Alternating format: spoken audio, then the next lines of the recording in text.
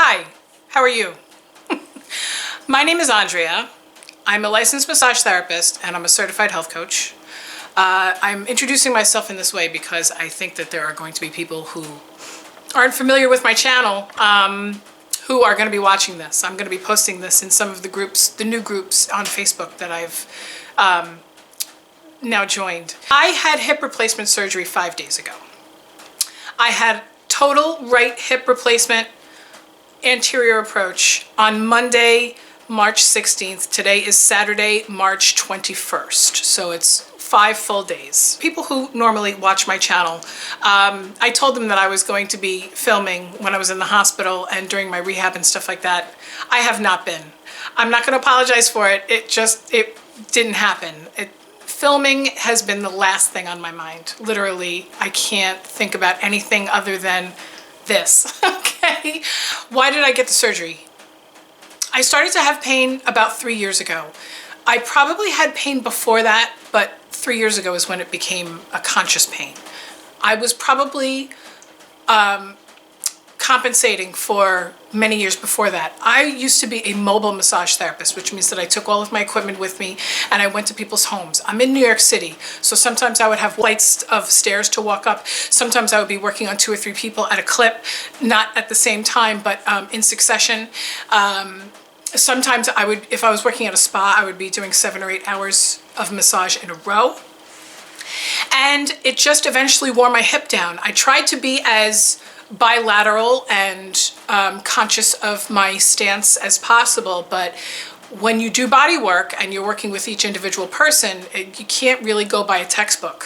So I must have been favoring my left and or abusing my right a lot more than I thought. I know that I used to carry a lot of my equipment on my left shoulder, which means that I would lean onto the right, hence I degenerated my right hip down to nothing.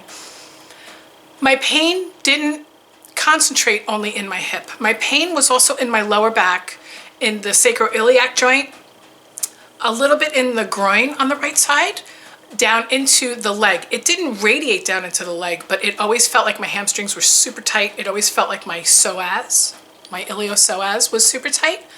If you don't know any of these terms, just look them up. So I tried to self-treat myself for a long time. I tried yoga, stretching, chiropractic massage, pain medication, anti-inflammatories. I tried every anti-inflammatory under the sun.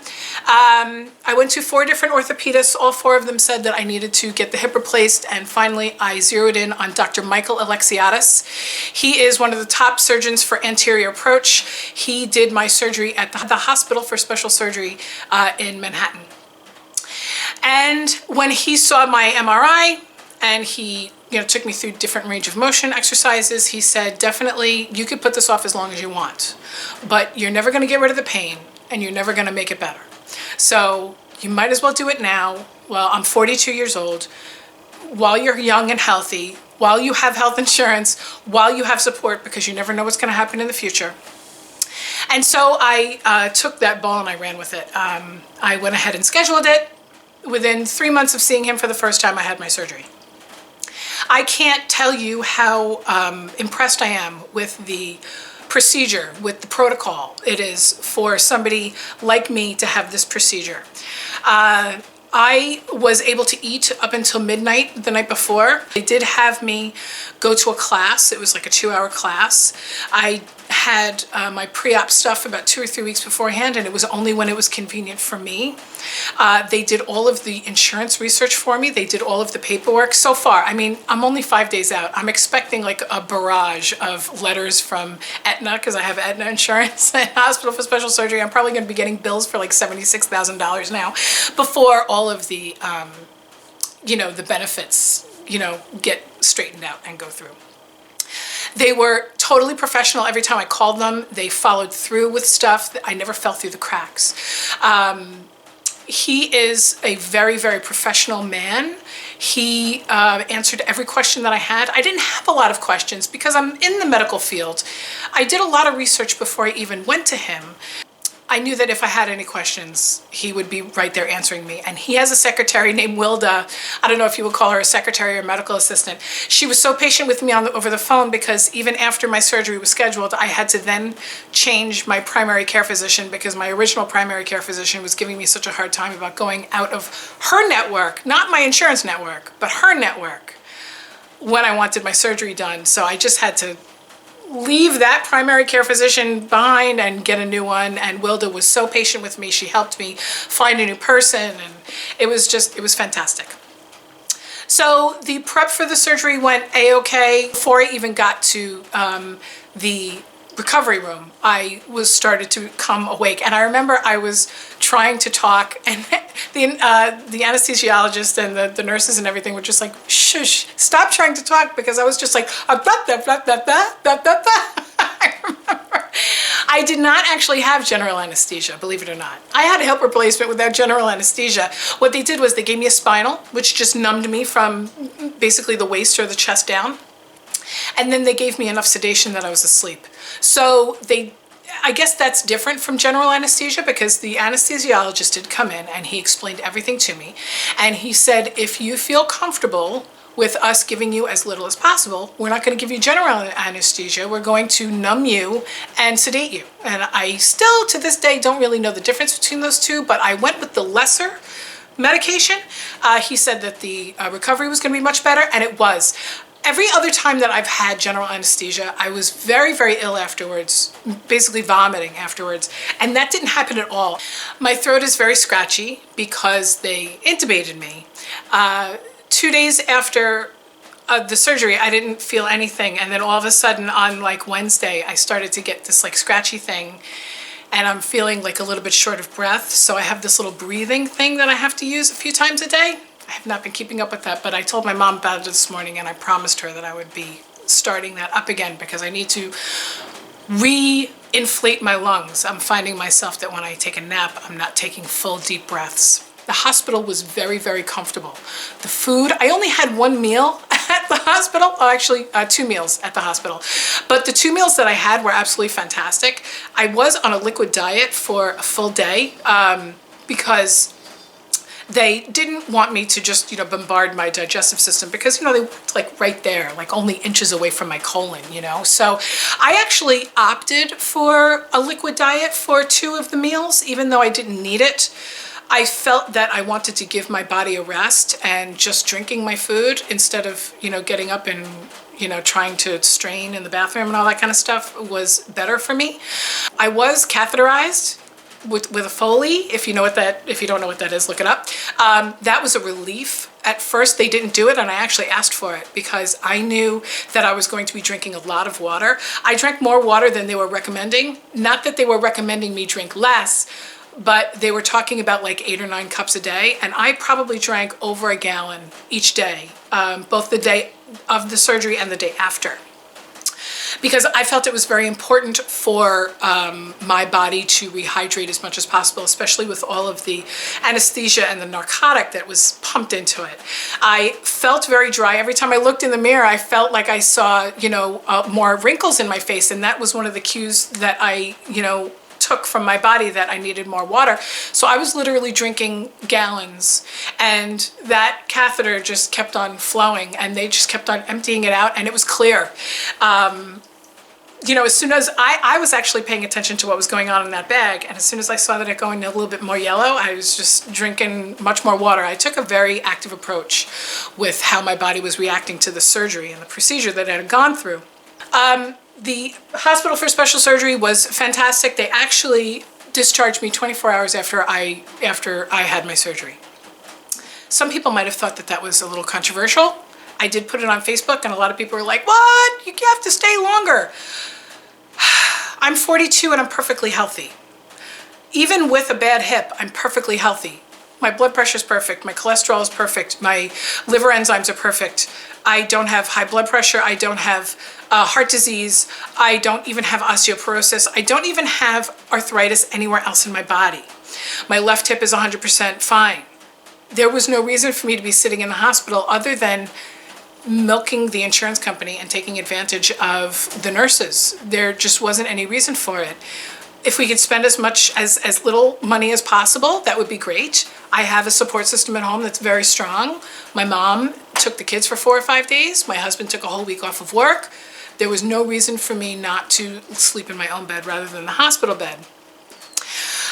So now I'm home and I have a walker. My grandmother bought herself a beautiful walker, and then she ended up being bedridden. So this walker has been sitting in her house for a couple of years. I'm just gonna lean like this. My grandmother has had this walker in her closet for a couple of years now. It's just sitting there. So my mother went and picked it up. It's beautiful. It's got brakes on it. It pivots like on a dime. And I also have a grabber. You know, it's about 2.5 feet long, 3 feet long. I use it a lot, even though I am allowed to bend at the waist. When you have the anterior approach done, when you have hip replacement, they tell you that you're allowed to bend at the waist. When it's posterior, or if it's both hips, they tell you try not to bend at the waist, but they told me that I could. And it does feel okay. As long as I can lean completely on my left leg, I can go all the way down to the floor and back. It's just the balance is a problem. So I try not to do that as much as I don't have to. Right now I'm in my house by myself. My husband took the kids out grocery shopping, and every day I've had a little bit of time in the house by myself, which I appreciate. I try not to do too much. I did cook dinner last night. I didn't actually cook it. I prepped everything. Took the chicken out, seasoned the chicken, cut up the vegetables, prepped everything so that when my husband was ready to cook, all he had to do was just stand at the stove and cook. I don't really trust myself with fire yet, only because if I lose my balance, I might go to lean on something and it might be a flame. So we want to be a little bit careful with that. I have 4 cats. I was a little nervous that the cats were going to be getting under my feet. They have been fantastic. Now I have mature cats. All 4 are adopted mature cats. So I don't know if they've ever been around patients before or around injured people, so because I don't know what their history was, but they saw that walker and the cane and they just backed right off. They have been so fantastic. I rolled over a tail once, but hey, I don't feel bad about that. She was in the way, and that's it, you know? She seems fine. She didn't suffer any damage from it or anything.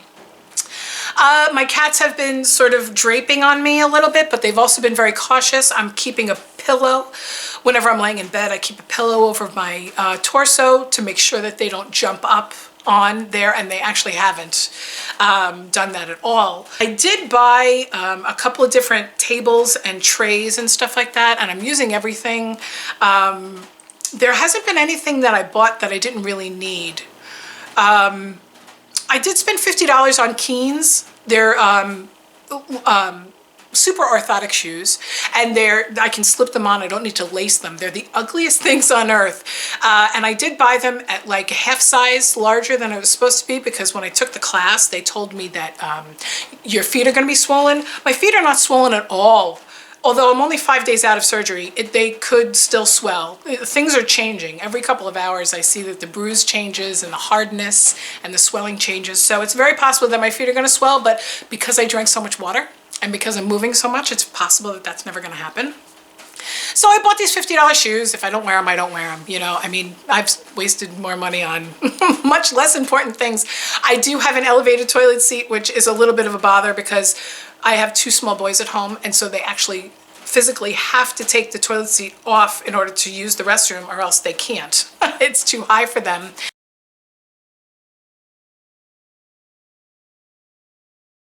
I had oxycodone, OxyContin, and tramadol. I don't know the difference between all of those. I know that the tramadol has some anti-inflammatory in it, and then the oxys are just for pain relief. I try to stick with the tramadol as much as I can instead of the oxy, because the oxy really, it gets me very, very high. Now, I'm not against getting very high for fun, but when I am in this state where I'm just really trying to concentrate on my recovery, I don't want to be quite so loopy. I want to stay very conscious. I don't want to take steps that I'm not supposed to take, literally physical steps. I don't want to feel like Superman. I need to be able to feel my pain. That's one of the reasons why I didn't settle for just taking a narcotic before the surgery and just living with the pain for a couple more years. I don't agree with that. My philosophy since I was 19 years old, since my very first job as a chiropractic assistant, my philosophy has always been that pain is there for a reason. And to only cover up pain and to not figure out the source of the pain, it tells your body that you don't trust it. I trust my body. When my body feels pain, I need to take that as a clue or as a cue, okay? So I take the tramadol. The tramadol allows me to sleep. It allows me to relax because rest is a huge part of this recovery process. I'm trying to stay away from the oxy as much as I can. I've been taking one a day for the past 2 or 3 days, and that's been much better. That heavy dose of narcotic also has a tendency to slow down your digestive system. The bathroom habits are not quite what I would like them to be yet, if you catch my drift. I'm not going as much as I want to. But my husband is at the grocery store getting some things that might help. Some prunes and beans and that kind of thing. I don't want to get too far into it. I took the dressing off 2 days ago, and basically I have absorbable stitches and Durabond, which is like glue, and then he just has some steri strips over that. I had a dressing on top of it, and I was able to take that off on Thursday. And then I took a shower, and I've been showering every day ever since then. The steri strips are slowly starting to peel away, and they said that as the steri strips peel away, I just cut whatever's not attached to my skin, and then eventually the steri strips will just be completely gone. I don't have to get staples removed, nothing. So I was showering basically 3 days after the surgery, which is great. My hair is actually still wet. I need a color job so bad, but you know, I don't know if I should try to go sit in a salon chair. You know, I want to get my nails done, and I haven't left my house, basically. I did go outside to walk twice. I'm not going to do that today because it snowed last night. And I can't wait to shave my legs. I have no idea how I'm going to shave my legs. I did shave my armpits, you know, but I don't know how I'm going to, you know, do that.